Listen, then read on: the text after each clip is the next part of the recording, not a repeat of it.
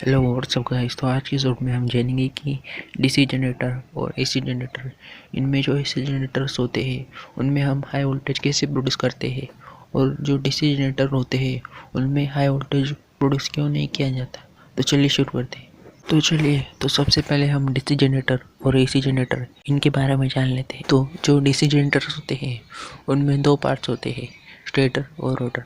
Stator पर हमारे DC field poles होते हैं।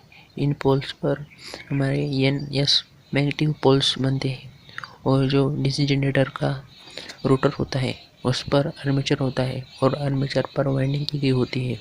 यह आर्मेचर पर स्लिप रिंग टाइप का कम्यूटेटर होता है। इस कम्यूटेटर के ज़रिए वाइंडिंग में बनने वाला सप्लाई बाहर निकलता है।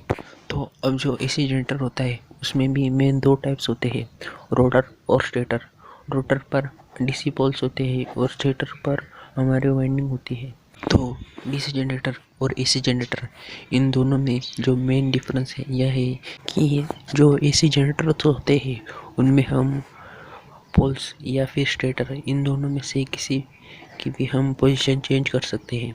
हाई वोल्टेज के जो एसी जनरेटर्स होते हैं उनमें जो पोल्स होते हैं उन्हें रोटर पर रखा जाता है। इससे वो वाइंडिंग की साइज़ भी कम होती है, और उस साइज़ रोटर को लगने वाला फोर्स भी। अगर जो डीसी जनरेटर्स होते हैं उनमें हम पोल्स और आर्मेचर, इन दोनों की पोजीशन को हम चेंज नहीं कर सकते। इसलिए जो आर्मेचर होता है उसमें हाई वोल्टेज नहीं प्रोड्यूस किया जा सकता, क्योंकि आर्मेचर को हम स्टेटर पर नहीं रख सकते। और इसी जनरेटर में हम स्टेटर वाइंडिंग होती है उसे हम स्टेटर पर रखकर हम उस एसी वोल्टेज को इंक्रीज कर सकते हैं।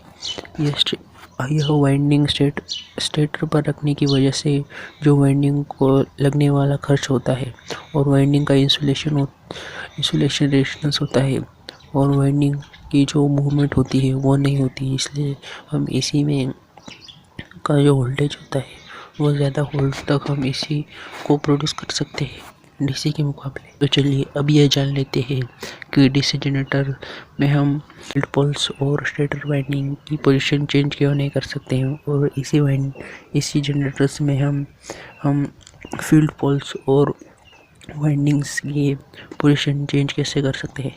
तो डीसी जनरेटर जो होते हैं उनमें स्प्लिट रिंग होती है, और जो एसी जनरेटर्स होते हैं उनमें स्लिप रिंग होती है। जो स्लिप रिंग होती है उसमें उसकी पोजीशन अगर फिक्स्ड हो, यानी कि वह मूवमेंट ना हो, बिना मूवमेंट के भी हम एसी सप्लाई को एसी जनरेटर से बाहर ले सकते हैं। मगर जो डीसी जनरेटर्स होते हैं उनमें स्प्लिट रिंग होना ज़रूरी होता है। इस वजह से यह स्प्लिट रिंग की मदद से यह डीसी सप्लाई हमें बाहर मिलता है। अगर स्प्लिट रिंग ना हो तो हमें जो मिलने वाला डीसी सप्लाई होगा वह ठीक से बाहर नहीं होगा आएगा, वह पल्सेटिंग डीसी सप्लाई होगा, या डीसी सप्लाई का वोल्टेज कांस्टेंट नहीं होगा। तो इसी वजह से जो एसी वोल्टेज होता है वह हम हाई वोल्टेज तक प्रोड्यूस जनरेट कर सकते हैं, मगर डीसी वोल्टेज को हम हाई वोल्टेज तक नहीं जनरेट कर सकते। तो आशा करता हूँ दोस्तों आपको यह वीडियो पसंद आया होगा, और आपको इस वीडियो से कुछ ना कुछ नया ज़रूर सीखने मिला होगा। तो अगर आप इसी तरह की वीडियोस को देखना पसंद करते हैं तो हमारे इस चैनल को सब्सक्राइब ज़रूर कीजिए, और आगे दिए गए घंटी को ज़रूर प्रेस करिए। जय हिंद, वंदे मातरम।